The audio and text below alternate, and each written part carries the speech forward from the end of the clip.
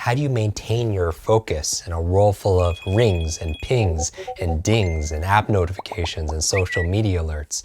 Here's the thing. Where your focus goes, your time, your energy flows. Where your focus goes, your energy, your time, that's where it flows. And that's where your results show. So I want you to remember that your focus is power. And where are you putting your attention? Where are you shining your lens? The reason why I bring this up is you have part of your brain called your reticular activating system. Reticular activating system, RAS. And that's part of your brain because did you know your brain is primarily a deletion device? You're trying to keep information out of your mind, meaning if you let everything in, what would happen? If you open the floodgates, we would be overloaded. We would be way overwhelmed. We would go insane because there'd be so much stimulus, so much noise. And so you could only process approximately, according to different studies, 5 to 9 bits of information at a time. But here's the thing, what we decide to let in is determined by, number one, our survival. The things that are threatening, that's key to our existence, we have to pay attention because that's how we're gonna survive. But the other things that we let in is when we connect with that part of our brain, it's called an RAS, reticular activating system.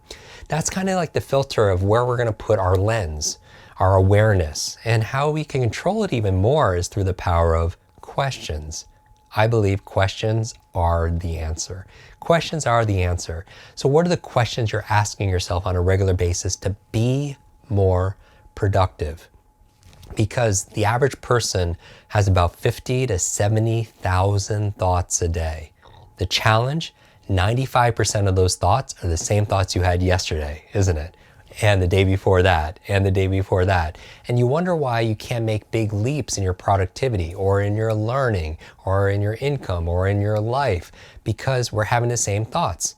And these thoughts lead to the same actions, and these actions lead to the same experiences, and those experiences lead to the same feelings, and those feelings feed those same thoughts, right?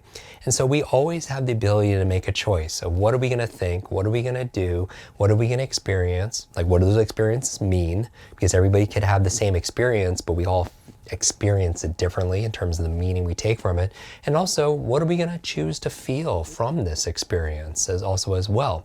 So going back to the first part, which is our thoughts are things. And so a lot of those thoughts come in the form of questions. So for example, you've heard this in the reading course. I talk about that if you ever read a page in a book, got to the end and just forgot what you just read, how embarrassing, and you go back and you read it, and you still don't know what you just read, part of it is we're not asking enough questions. For example, years ago, my sister would send me postcards and emails of a very specific kind of dog, pictures of a very specific kind of breed of dog, a pug dog.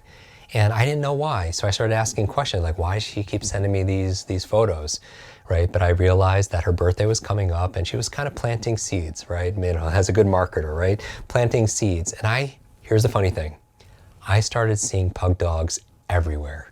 I would go to the supermarket, I'd be checking out, and somebody in front of me would be holding a pug dog. Can you imagine that, going to the supermarket, someone's holding a pug dog? Or I'd be running in my neighborhood, right? I like to run, my last name really is Quick. And so a lot of pressure when you're growing up in school as a runner, it says Quick right on your shirt. But I started running my neighborhood and I remember seeing somebody walking 6 pug dogs, right? And my question for you is, did these pug dogs just magically appear around in my neighborhood? Did they just magically appear at the store? No, they were always there, but they were part of my brain that I was deleting. Like all the stimulus, my brain was shutting out. I wasn't paying attention to them, right? I didn't see them. I might like be able to see them, but I wasn't really paying attention to them because it wasn't important to me until I started asking the question. You know, why is she sending me these photographs, right? Why are these pugs important? I started seeing them everywhere. Well, here's the lesson. There are pug dogs everywhere, and these are the things that you're looking for. Ask and you shall receive. When you ask a question like, why am I never good enough? You've charged that, and all of a sudden you see answer, answer, answer, answer. Pug dog, pug dog, pug dog. When you're reading and you have questions about what's going on in the book and the lessons that you can learn and how can you use that, questions gives you answer, answer, answer. questions are like magnets that pull information inside of your mind as opposed to someone trying to push information inside, right? And sometimes we learn better through pulling and attracting than we do pushing. And so what are the questions you're asking yourself? And how is it affecting your performance, your peace of mind, your profitability, and also what this program is all about, your productivity?